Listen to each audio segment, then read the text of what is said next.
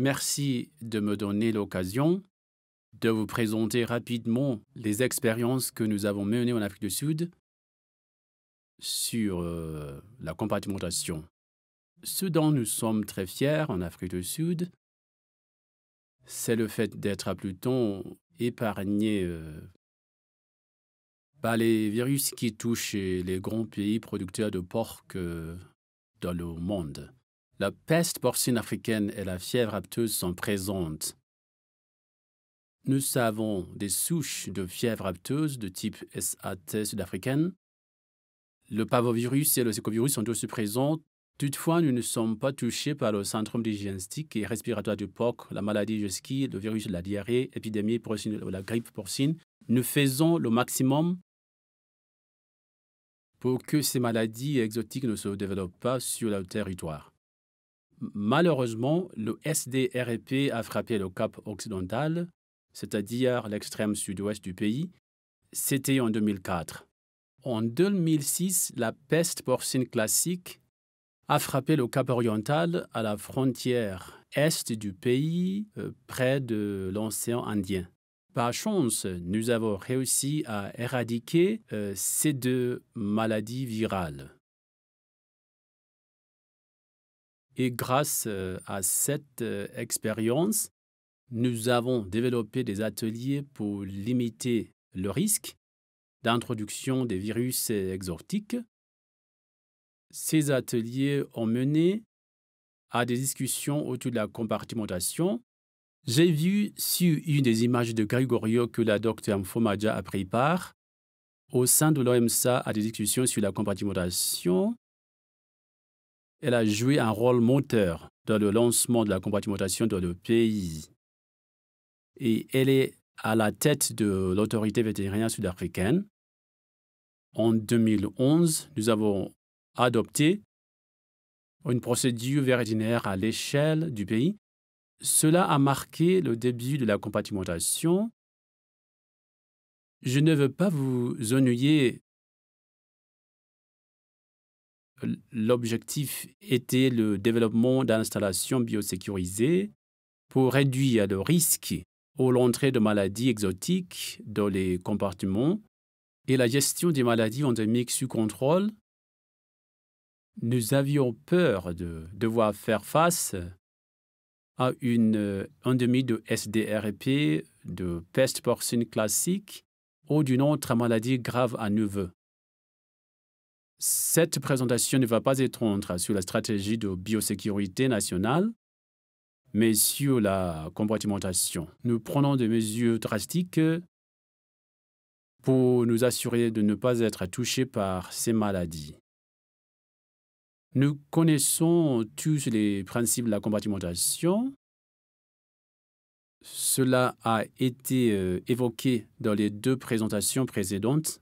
Il s'agit d'avoir une installation endémique de maladie autour de laquelle il peut y avoir des animaux infectés. L'élément clé est la délimitation du compartiment. L'accès doit y être strictement contrôlé. En Afrique du Sud, on surveille particulièrement certaines maladies en fonction de l'historique de maladies virales qui ont déjà sévi et selon les maladies virales endémiques. La peste porcine africaine et la fièvre apteuse. La fièvre apteuse de la compartimentation ne représente pas une grande menace. Les souches SAT ne sont pas aéroportées. À l'inverse des souches asiatiques de la fièvre apteuse de type O, de fait d'assurer l'absence de bétail ou d'animaux biangulés au moins de 10 ou 20 mètres du périmètre clôturé sera suffisant pour ne pas être inquiété par la fièvre apteuse. En Afrique du Sud, si l'on parle de la gestion des autorités vétérinaires, il existe une autorité à l'échelle nationale. Comme je l'ai dit, la docteur Maja, on est à la tête. Chacune des 9 provinces a un directeur des services vétérinaires. Les services vétérinaires nationaux s'occupent de la stratégie, tandis que les autorités locales s'occupent de la mise en œuvre. La procédure vétérinaire VPN 39 compte 3 sections.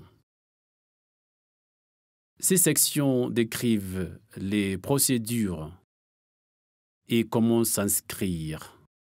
Ensuite, il y a une liste de contrôles que le vétérinaire d'État en charge de la zone va examiner. Ensuite, il y a un formulaire d'inscription qui contient toutes les informations sur le propriétaire des porcs. Le vétérinaire consultant se rend régulièrement à la ferme,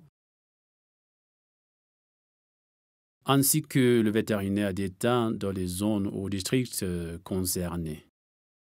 Un plan très détaillé de l'installation doit être adressé, ainsi qu'un plan des lieux dans un rayon de 10 km, afin que les autorités vétérinaires au niveau national acceptent ou non l'inscription de comportement. Cela nécessite une cartographie précise de l'emplacement de la ferme. Le vétérinaire remplit le rapport d'inspection, le rapport d'audit et il laisse un commentaire s'il y a des problèmes avant l'envoi de la candidature aux autorités vétérinaires nationales. Quand le dossier arrive aux autorités prétoriennes, si elles ont des doutes sur certains points, elles les font remonter par le vétérinaire d'État à l'installation en question. Cela peut concerner les procédures opérationnelles inconnues, des questions sur l'installation, la gestion des accès contrôlés des clôtures des portes. La procédure est très rigoureuse pour la première demande et la réinscription. Chaque compartiment doit être réenregistré une fois par an. Cette nouvelle inscription est basée sur un audit effectué par le vétérinaire d'État de la zone où se situe la ferme. Il existe une liste officielle mise à jour tous les mois sur le site web du département de l'agriculture de la section vétérinaire. Une déinscription est possible dans certains cas si les rapports annuels d'audit ne sont pas faits dans les temps. Cela peut aussi faire suite à des changements. Évidemment, les fermes sont radiées si une maladie s'y développe. Un des éléments clés à ce sujet dont Charmaine a déjà parlé est le partenariat public-privé. Il y a 3 signataires pour la demande d'inscription. Le propriétaire ou son responsable habilité, le gérant de la ferme, atteste qu'il va continuer de respecter tous les prérequis de la compartimentation tant que la ferme est enregistrée. Le vétérinaire d'État de la région atteste qu'il endossera la responsabilité d'assurer que les tests sérologiques nécessaires soient faits dans les temps et que les résultats soient disponibles. Consultants privés, nous insistons de la compartimentation pour qu'ils effectuent des visites régulières. En pratique, cela veut dire tous les 2 mois. Dans certains cas, comme celui du commerce important de carcasses, depuis le Cap occidental vers la Namibie, les discussions bilatérales au sujet de la délivrance du permis ont abouti à une visite du vétérinaire tous les 30 jours, au bas mont tous les 60 jours. Si elles doivent être plus fréquentes pour maintenir le commerce, elles seront effectuées par les acteurs compétents. Pour le contrôle de l'accès, une chose sur laquelle on assiste de la compartimentation est que chacun se douche en dehors et dans les installations. Notre contrôle de la peste est drastique. Les livraisons d'aliments sont gérées pour que, dans la plupart des cas, les aliments soient livrés par-dessus la clôture. Aucun véhicule n'entre dans la zone. S'il s'agit d'une vieille ferme compartimentée où des véhicules doivent se rendre, il y a des procédures opérationnelles standards strictes. Les véhicules doivent être désinfectés. Les conducteurs restent dans le véhicule. Quelqu'un d'autre décharge la marchandise et remplit les réservoirs ou silos d'alimentation. Nous répondons à toute incursion aux problèmes potentiels. Parmi les standards figurent le gardiennage et la conduite. Le vétérinaire d'État assure que l'exploitant tient les registres de morbidité pour savoir quels animaux ont été traités. Sur les registres de morbidité, la responsabilité est partagée.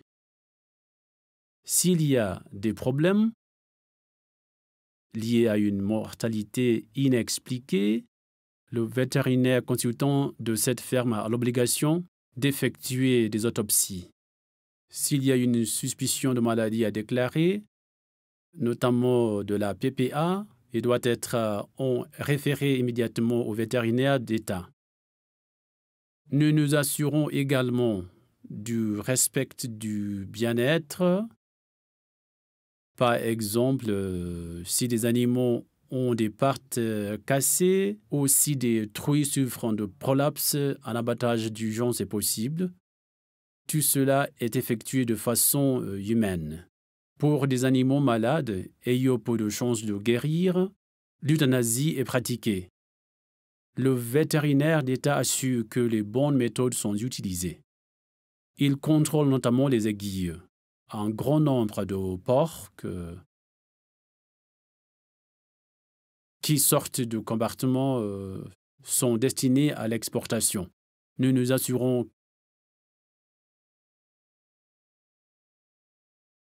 que les résidus de la viande ou d'autres problèmes potentiels pour les consommateurs, qu'ils soient locaux ou internationaux, aient été vérifiés et contrôlés.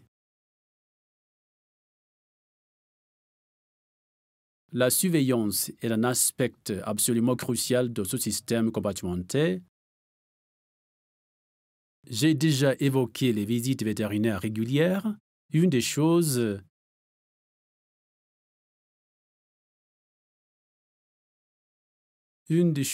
que nous sommes en train de développer est un système de surveillance passive à l'aide d'une application.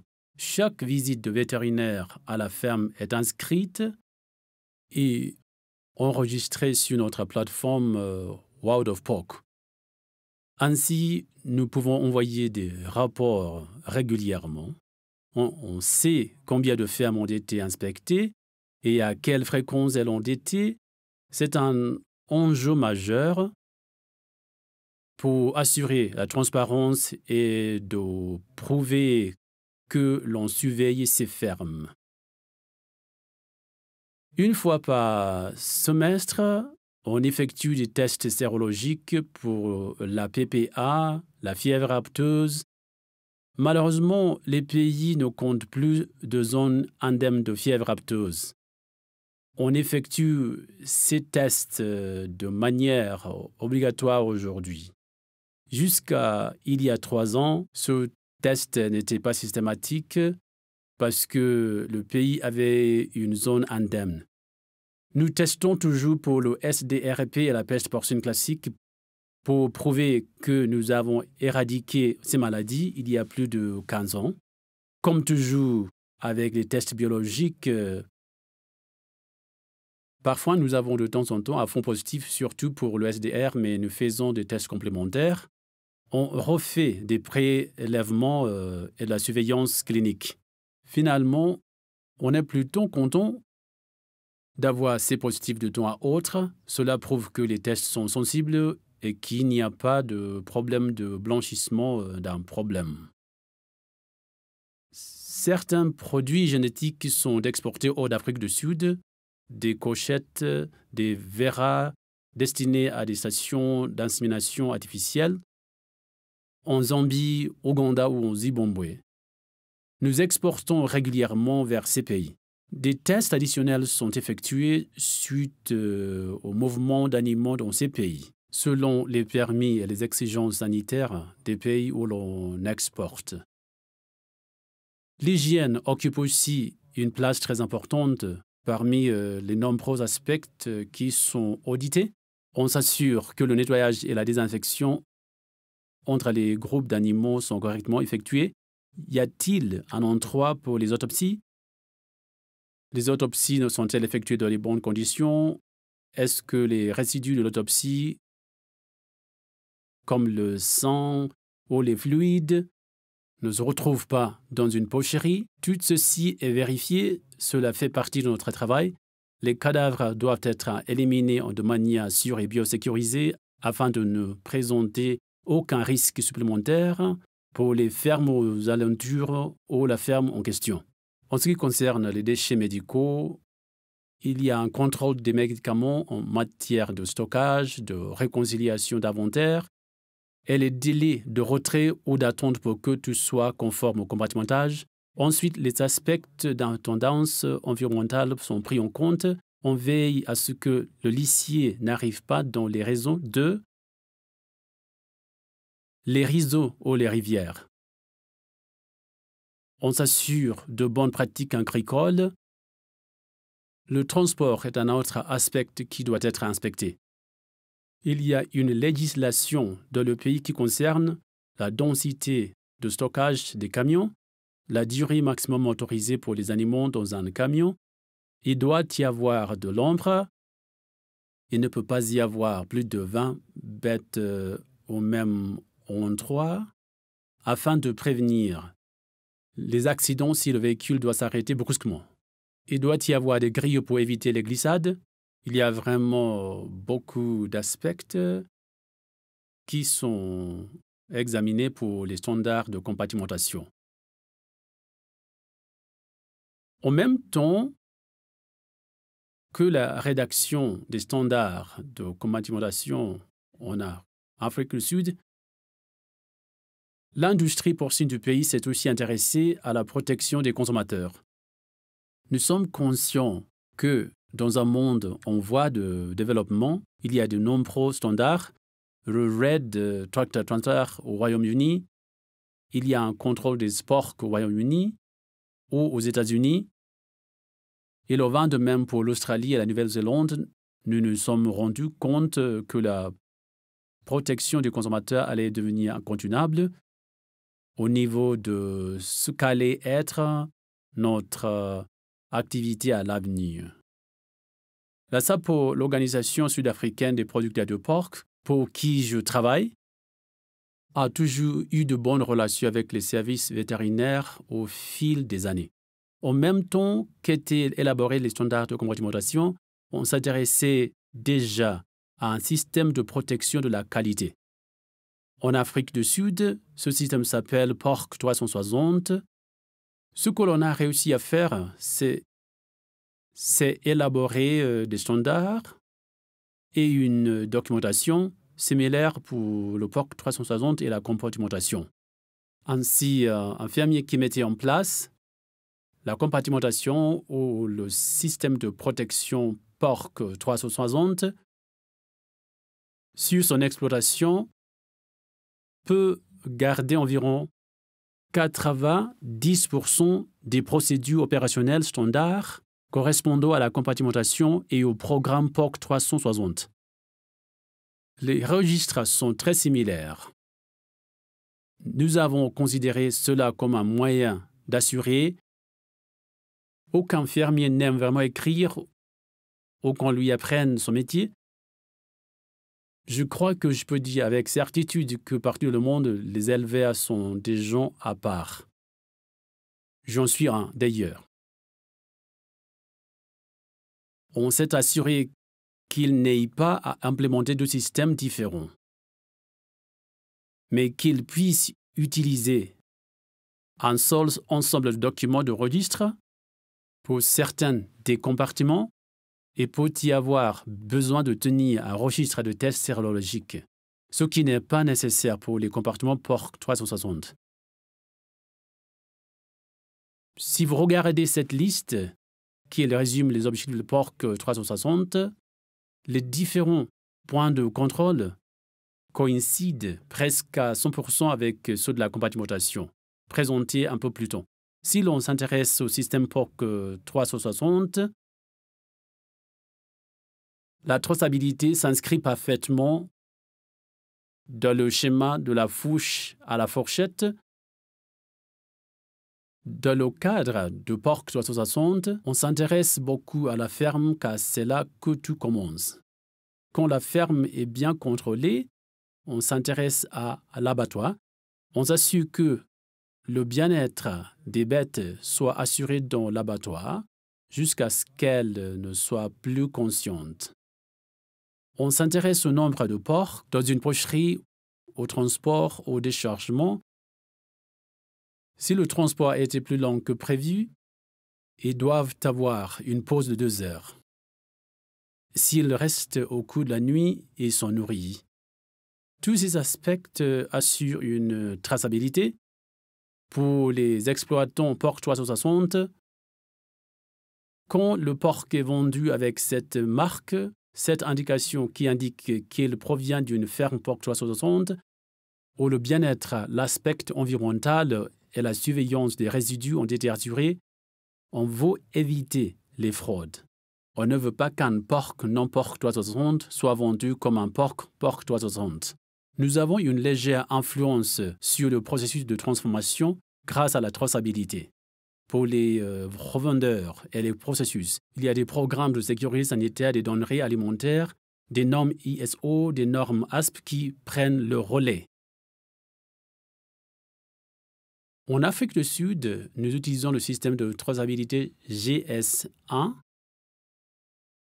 un système de traçabilité mondial. Actuellement, il s'agit d'un simple code barre. Dans un avenir assez proche, cela pourrait devenir un code 2D. Il y a une déclaration de santé pour chaque animal déchargé. Des tatouages dans les oreilles permettent d'identifier la ferme d'origine. Il y a aussi des certificats de circulation.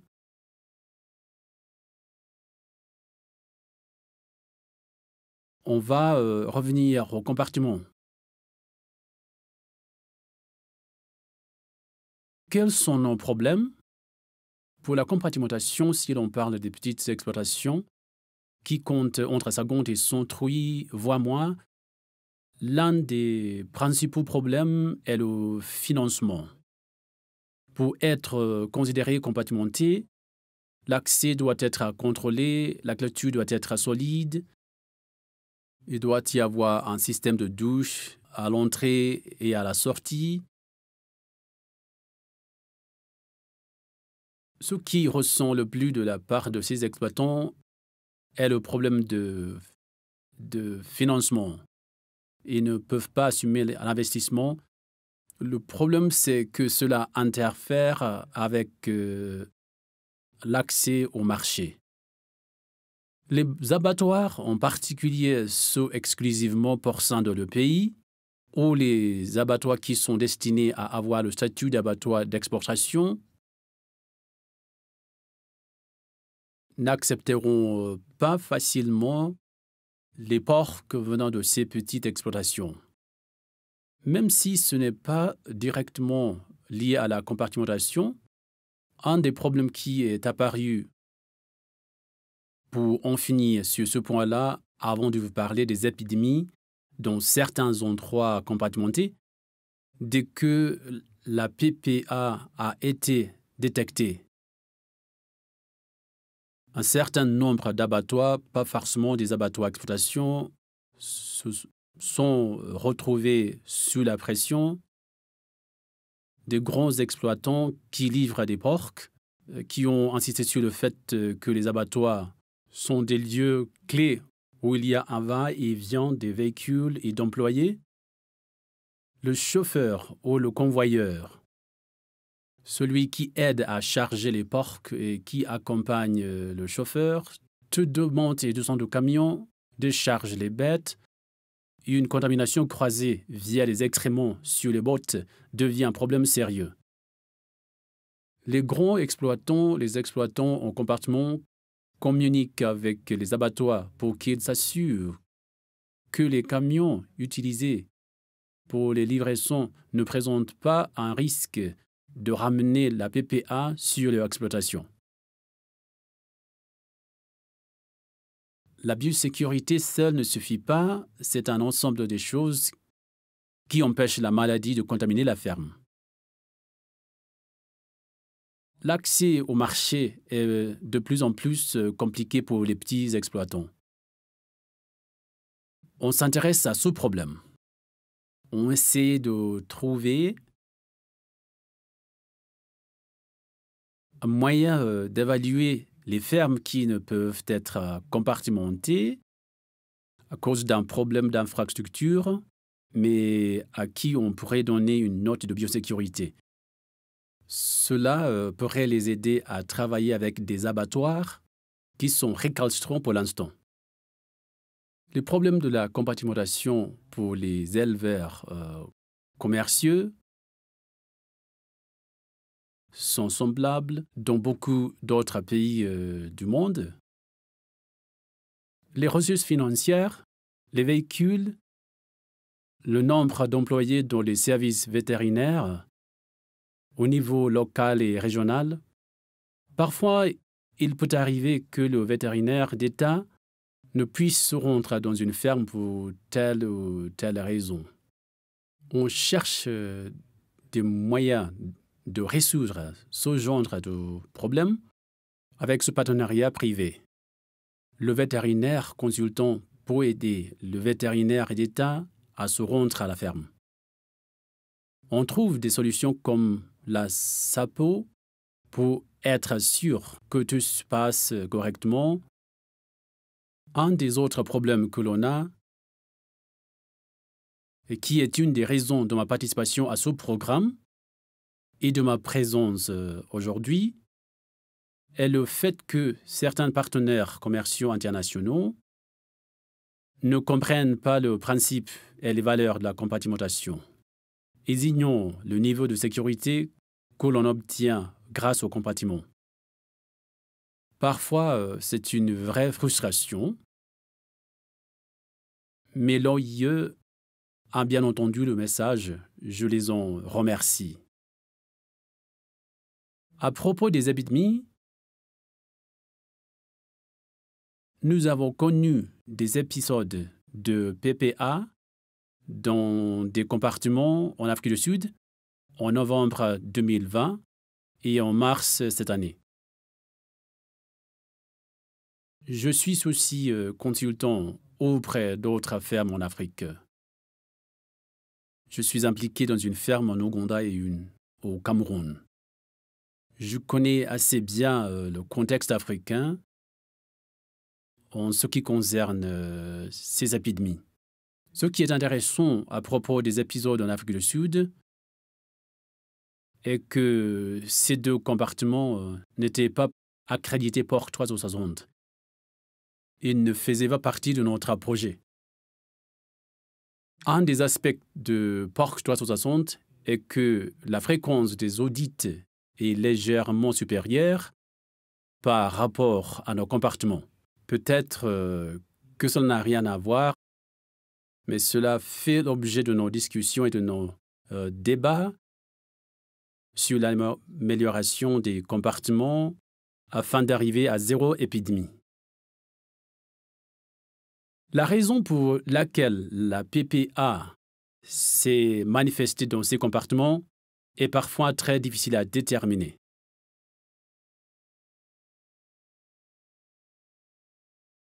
Nous pensons que l'épisode qui s'est déclenché en mars est certainement dû à une faille de biosécurité ou à une défaillance des procédures opérationnelles sur l'entrée des employés dans l'usine d'aliments qui n'aurait pas été aussi strict que pour les porcs. L'épisode en Ouganda, nous sommes assez sûrs on s'est beaucoup renseigné. Peut-être que Mary-Lou, je suis sûr qu'elle écoute encore. Mary-Lou a été sollicitée de nombreuses fois pour faire partie des discussions à propos de ce cas. Je suis sûr qu'elle adore donner son avis sur cet épisode. Le node de problème, c'est une des principales leçons pour nous en Afrique du Sud et pour la compartimentation générale, est que le nombre de cas de PPA à proximité de ces compartiments a incroyablement augmenté. L'épisode de novembre 2020 est dû à un spéculateur du marché porcin qui a acheté et ramené du bétail, moutons, chèvres sur sa ferme. Il les avait achetés aux enchères pour les engraisser et les vendre. C'est un négociant, tout simplement. Il avait près de 800 porcs que la PPA s'est déclenchée après qu'il ait acheté des bêtes à l'état sanitaire inconnu. Cette ferme est située à peine à 4 ou 5 km à vol d'oiseau du compartiment contaminé.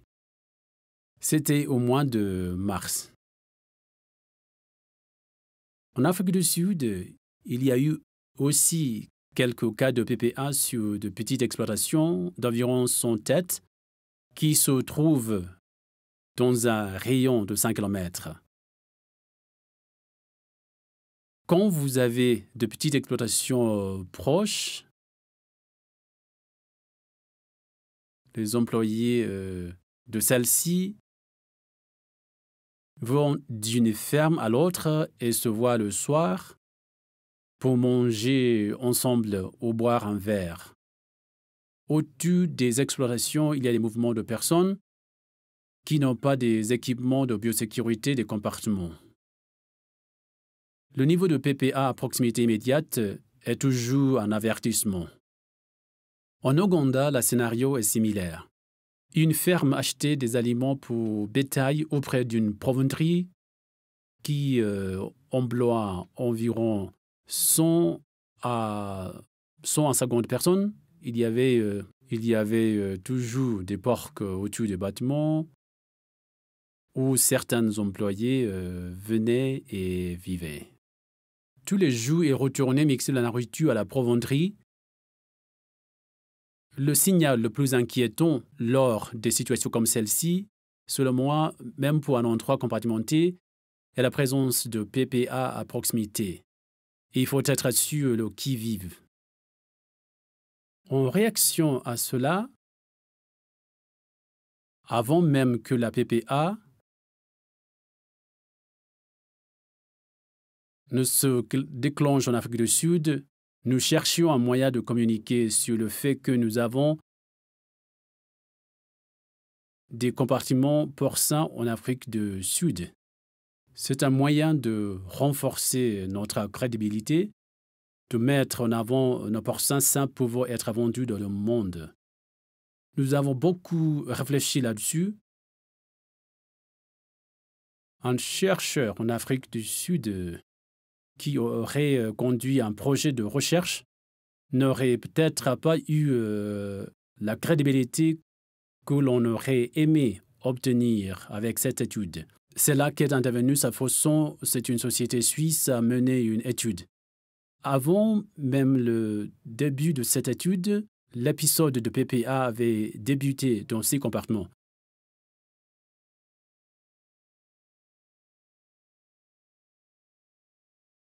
Le message clair qui est ressorti et qui nous a tous surpris est que l'on doit mieux s'informer davantage sur le niveau de formation et de compréhension de la PPA dans ferme pour prévenir et reconnaître les risques de la PPA, y compris parmi les gérants et des exploitations. Des études parallèles ont été conduites. On a envoyé les mêmes questionnaires aux vétérinaires consultants qui se rendaient dans les compartiments. On a envoyé des questionnaires à tous les responsables d'unités.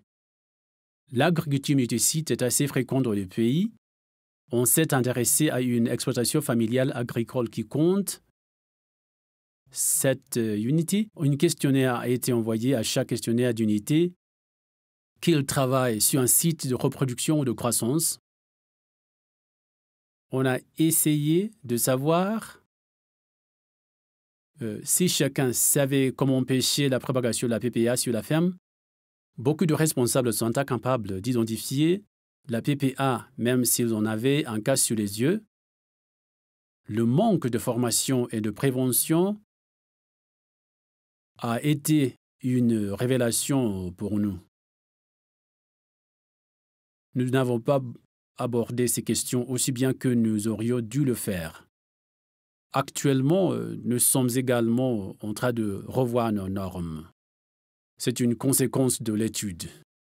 Le point positif, c'est que Safroson a encensé notre VPN 39 en la qualifiant de bonne norme. Mais récemment, maintenant que l'OMSA a publié ses directives sur la compartimentation, aussi depuis 2011, beaucoup de choses ont changé. Nous essayons de rendre ces normes plus solides. En résumé, pour nous, la compartimentation est une réussite. On se rend compte qu'aucun système n'est parfait. Je crois que, mis à part le signal d'alarme que représente la présence de la PPA, à proximité d'un compartiment, c'est un véritable avertissement. On s'est rendu compte que beaucoup des exploitants voient le certificat de compartimentation qui prouve leur accréditation comme une validation du travail qu'ils ont accompli. Les audits, les tests, ils pensent que tu vas bien et que le virus de la PPA ne peut plus entrer sur leur ferme. Mais ils ont tout pris conscience de l'enjeu quotidien de la biosécurité. C'est un travail de tous les instants entre nous en tant qu'exploitants organisés. En tant que producteurs, en partenariat avec nos collègues vétérinaires d'État. Je crois que l'on sait que l'on doit encourager tous les exploitants des compartiments à la plus grande vigilance tous les jours. Il ne faut rien négliger. Ce n'est pas parce qu'un bloc de douche est installé qu'il ne faut pas désinfecter chaque colis qui est livré sur la ferme. Il faut être vigilant au va-et-vient des gens. Il faut poursuivre la formation et la sensibilisation auprès du personnel de la ferme. De l'ensemble, la compartimentation est une bonne expérience. Et je crois que c'est un système incroyablement performant pour contenir les maladies et préserver un secteur porcin économiquement viable. Merci.